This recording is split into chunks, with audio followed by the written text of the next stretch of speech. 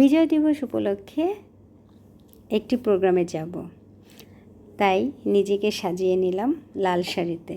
বিজয় দিবস মানেই হচ্ছে লাল সবুজ, আর বিজয় দিবসে শাড়ি পরবো না তা কিন্তু একদমই হয় না, কারণ আমি অনেক শাড়ি পরতে পছন্দ করি, সেটা আপনারা কম বেশি সবাই জানেন।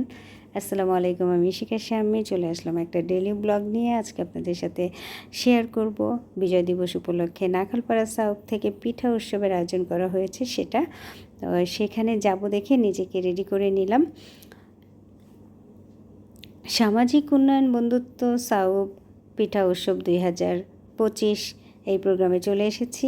এখানেই হচ্ছে পিঠার মেলা, দেখতেই পাচ্ছেন। চিতই পিঠার সাথে অনেক রকমের ভর্তা ছিল আর সব ধরনের পিঠা ছিল, তবে পরবর্তীতে আরও অনেক পিঠা এসেছে যেটা আমি ভিডিওতে ধারণ করতে পারিনি, আপনাদের সাথে শেয়ার করতে পারি নাই। আর যেগুলো আমি প্রথম যেই পেয়েছি সেগুলোই আপনাদের সাথে শেয়ার করলাম। এখানে জিলাপিও আছে, জিলাপিটা অনেক টেস্টি ছিল। আর খেজুরে গুড়ের ক্ষীরও ছিল, যেটা আসলে আমাদের কম বেশি সবারই অনেক পছন্দ। তো সবাই এই পিঠা উৎসব অনুষ্ঠানটা সবাই আমরা অনেক বেশি মজা করেছি, আর এটা একটা ডিফারেন্ট একটা প্রোগ্রাম ছিল আমার কাছে মনে হয়েছে।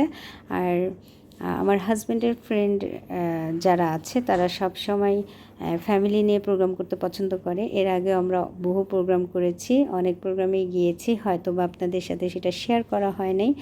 আর আজকে কেন জানি আমার মনে হলো যে আপনাদের সাথে পিঠা উৎসব প্রোগ্রামটা শেয়ার করি, যেহেতু বিজয় দিবস 16 ডিসেম্বর উপলক্ষে এই প্রোগ্রামটা করেছে, তাই আপনাদের সবার সাথে শেয়ার করলাম। আর এখানে হচ্ছে ছাদে আরও অনেক ভাবিরা ছিল, কিন্তু কিছু কিছু জায়গা অন্ধকার থাকার কারণে আমি ওইভাবে ভিডিও ধারণ করতে পারি নাই। এখানে কফির আয়োজন ছিল, মানে কফিটা এত টেস্ট হয়েছে মানে বলার মতো না, মাশাল্লাহ খুবই মজা হয়েছে কফিটা। আর এটা সাজেশন দিচ্ছিল জহির ভাই, ডক্টর কোহিনুর ভাই।